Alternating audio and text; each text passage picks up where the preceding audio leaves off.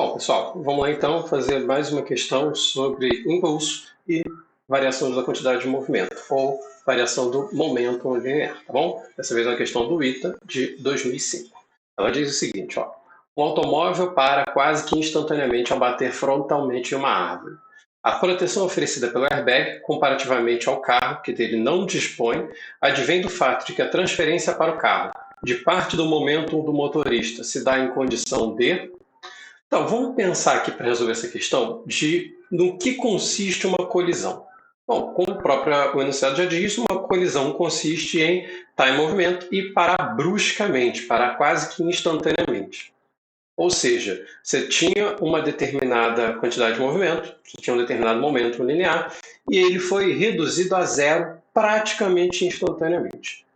Vamos lembrar a relação que existe entre a variação da quantidade de movimento e a força. Essa relação se dá através do impulso, né? A variação da quantidade de movimento é o impulso, e o impulso é aquilo que é a relação que existe entre a força que é exercida e o tempo.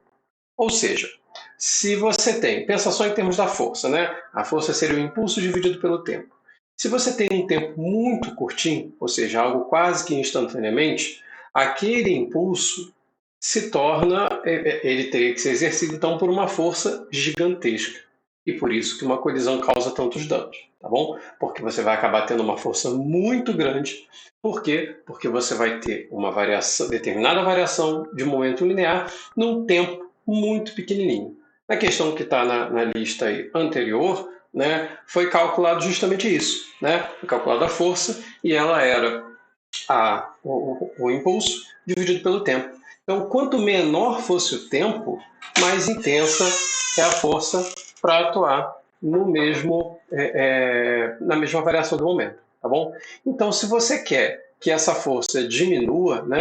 Se você quer ter uma força menor, para ter um impacto menor, o que se faz é aumentar o tempo, né? A resposta certa aí é a letra A. Essa transferência do momento se dá com uma força menor, justamente porque o período de tempo é muito maior.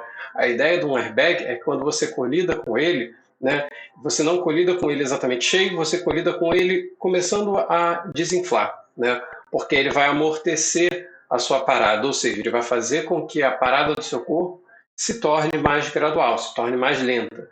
Assim, não é que você vai parar em 10 segundos, né? Não é que você vai frear o carro, né? Mas o simples fato de você ter aquela fraçãozinha de segundo, agora você tem uma parada 10, 20 vezes mais lenta, ainda é uma fração de segundo, mas isso faz com que a força seja muito menor. Isso faz com que a colisão cause muito menos danos a você, e por isso hoje, por exemplo, não se fabricam mais carros, né? Não se sai mais carros 0 km sem airbag, né? É um item obrigatório de segurança, assim como o cinto de segurança, tá bom? Então tá aí, resposta certa, letra A. A força é menor e justamente porque você tem um período de tempo muito, muito maior, tá bom?